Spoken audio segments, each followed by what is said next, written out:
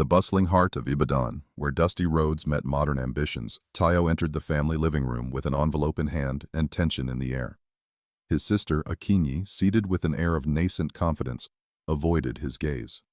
"Tayo," she said, her voice almost too casual, "can we talk about the will?" Tayo set the envelope down, his voice steady but strained. "Akinyi, there's nothing more to discuss. Papa outlined everything clearly before he passed." "Clearly? Or maybe just clearly to you?" Akinyi replied, leaning forward. The room was thick with unresolved grief and jealousy echoing in the corners. Tayo rubbed his temples. "Akinyi, I'm not trying to fight. I just want us to respect what he wanted." Akinyi sighed heavily, standing up. "You think this is about respect?" "Oh, Tayo, you really don't see it," she said, her laughter bitter. "You're comfortable because you think you're the blessed first son. But do you know what barren rumor I've been hearing?" Tayo's brows knitted together. "What rumor?" She waved a hand dismissively. "Oh, just whispers about how you managed to secure almost everything. How convenient." Tayo recoiled slightly. "Akinyi, I've never cheated you. You have to believe me." Akinyi shook her head, a facade of scrutiny overlaying the hurt. "I want to believe you, but when people talk?" "Our family should trust each other, not Baran," Tayo interrupted, his voice rising. "Then prove it, Tayo. Show me the will." Tayo hesitated. Could he trust her? His hesitation was enough for suspicion to take root. "Fine," he said, though uncertainty curled in his stomach. They turned slightly as their youngest brother, Damilare, sauntered into the room, headphones dangling around his neck. He paused, sensing the tension. "Why you two-day para quarrel on die matter?" he asked with a grin. Akinyi caught his eye. "We might need your help, Dami." "What do you want me to do?" he inquired, curiosity piqued. Tayo eyed them cautiously, feeling like a chess piece in a game whose rules he didn't quite understand. "Stay out of it, Dami," he warned, but Damilare's innocent appearance did little to ease Tayo's anxiety. Later that evening, Tayo sat in his room, the will spread before him. His father's words echoed in his memory, urging fairness and unity, but now those words seemed more fragile, a whisper under the weight of Akinyi's accusations. He picked up his phone, dialing his lawyer. "Good evening, sir," he began, masking his unease. "I need to make sure everything's in order. Can we meet?" "But of course, Tayo," came the reply. "Do you suspect any problems?" Tayo sighed. "I just want to be sure there's no room for confusion." Meanwhile, Akinyi met with her friend Funmi at their favorite roadside buka canteen, the aroma of jollof rice mingling with secrets shared over the table. "You think Tayo will share?" Funmi asked, sipping her drink.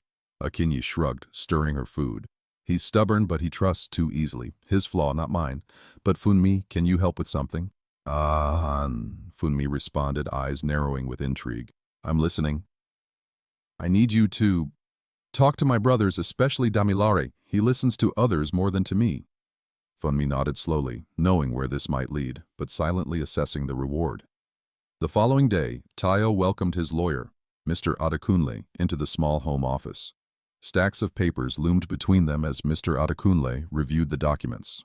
"Everything seems correct, Tayo, but legal matters often attract misunderstanding," he finally said, straightening his glasses. Tayo nodded, trying to push down rising anxiety. "I know, but can we prepare everything so it's unchallengeable?"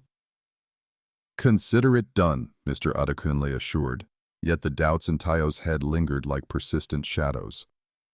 Outside, Funmi found Damilare lounging under a mango tree, scrolling through his phone. "Hey, big man," she called playfully, leaning against the tree. He glanced up. "Funmi, what's up?" "Nothing much," she replied. "Just wanted to see how you're holding up with all this inheritance palava." He rolled his eyes. "They're always at it. I stay clear. I beg."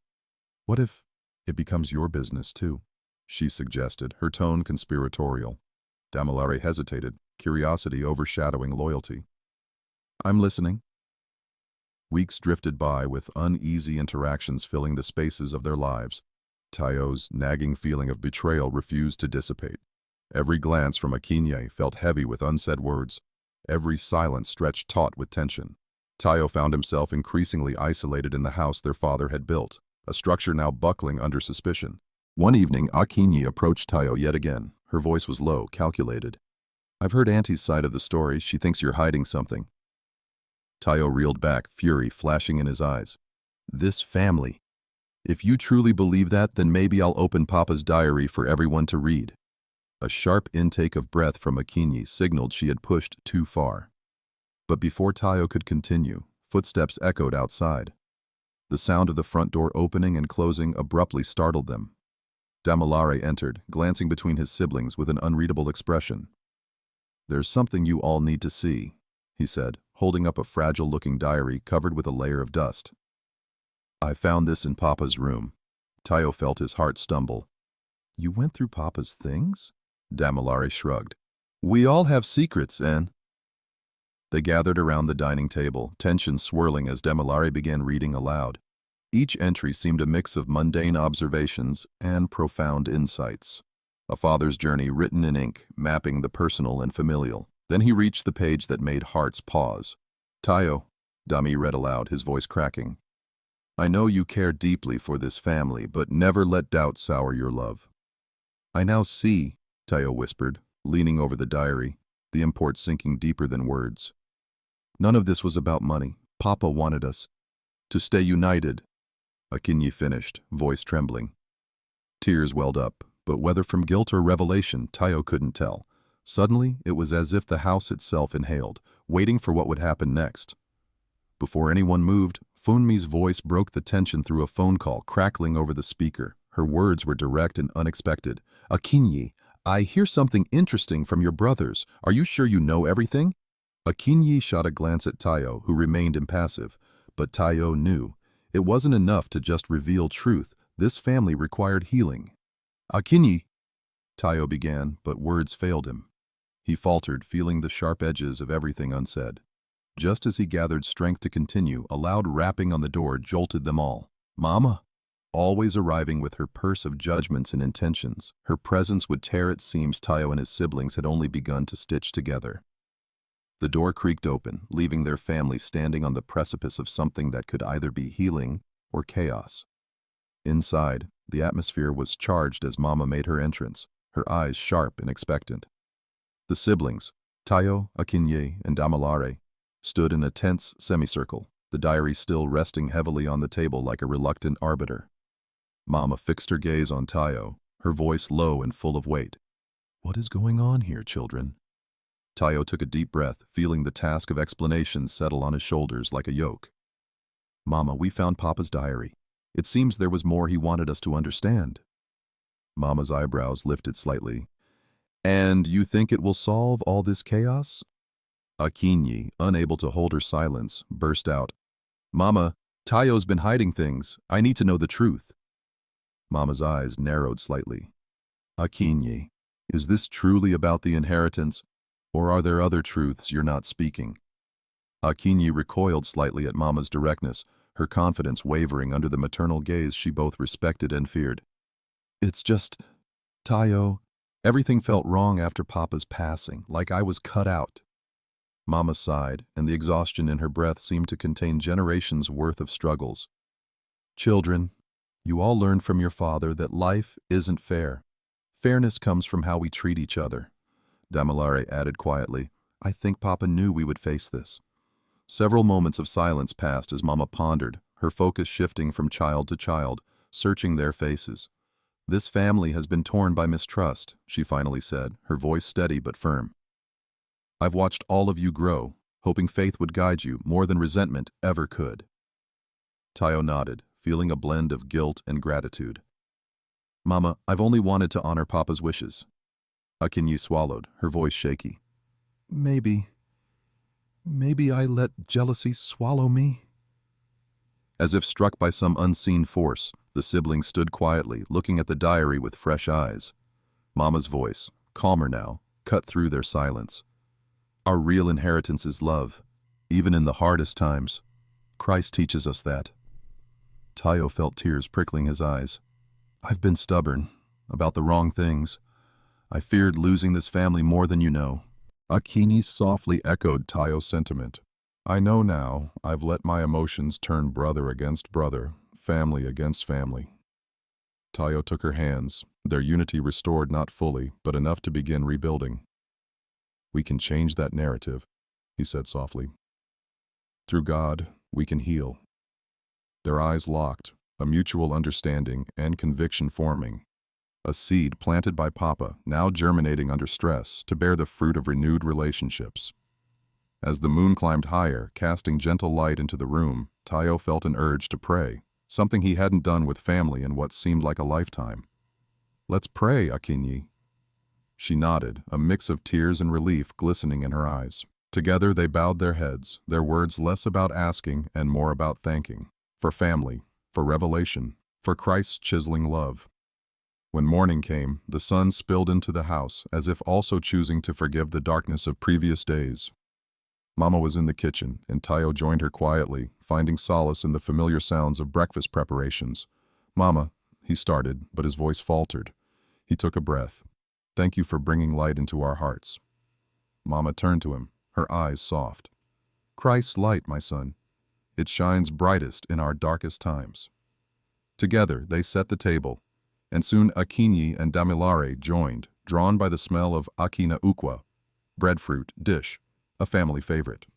The tension had thinned, replaced by an unspoken readiness to begin a new chapter. As they ate, Mama looked around at her children, acknowledging their scars, but also the newfound peace that was beginning to blossom. You see, family is God's plan for strength and redemption. The meal was quiet but comforting, and as Tayo looked around at his family, the faces once troubled now beginning to soften, he realized their journey to healing had just begun. Afterward, Funmi appeared at the doorstep, hesitant yet holding a tentative smile. Akinyi rose to greet her, extending an olive branch of rekindled friendship.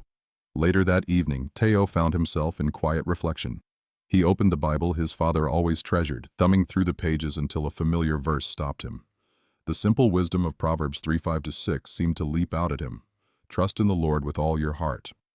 As he read, warmth and peace settled around him, solidifying a resolve to let go of the past and move forward, guided by love and Christ's truth. In the following days, the family began to engage with their community in ways they hadn't in years. They attended Sunday services, shared meals, and rebuilt severed bonds. Their experiences, shared in tiny doses, reminded them, and those around them, of faith's healing power, the ability of Christ to mend not only physical but emotional walls. Before long, at an evening family gathering, Akinyi took a deep breath and said, "You taught me to forgive, Tayo, as Christ forgives. I think I'm starting to understand how really powerful, how freeing that can be." Tayo nodded, giving her hand a quick, reassuring squeeze. "We forgive because he first forgave us, Akinyi. It's ultimately what's made us family again." As that chapter ended and a new one began, Tayo, seated among siblings now more as allies than rivals, understood this was a lifelong journey of faith. The road might be bumpy, yet he had learned that stumbling blocks often became stepping stones under Christ's guidance. They all embraced the lingering hope. God's promises never return void. Soon after, as Tayo sat on the porch, the evening air rich with the scent of fresh rain, Mama joined him. She carried with her a Bible, a legacy, and a reminder, and placed it beside him. "You started something good, Tayo," she said softly. He nodded soberly. "Papa taught us well, Mama. We'll keep his hope alive, this time, rooted in God's truth." Together, they watched the sunset, bathed in hues of redemptive promise and an unspoken acknowledgement that their greatest inheritance would always be each other. Thank you so much for listening to this intriguing story. I hope it touched you or taught you something. For more stories like this, don't forget to like, share, and subscribe to the page. And guys, if you'd like to see a part 2, or you have thoughts on what happened, let me know in the comments below. I'd love to hear from you. See you in the next story.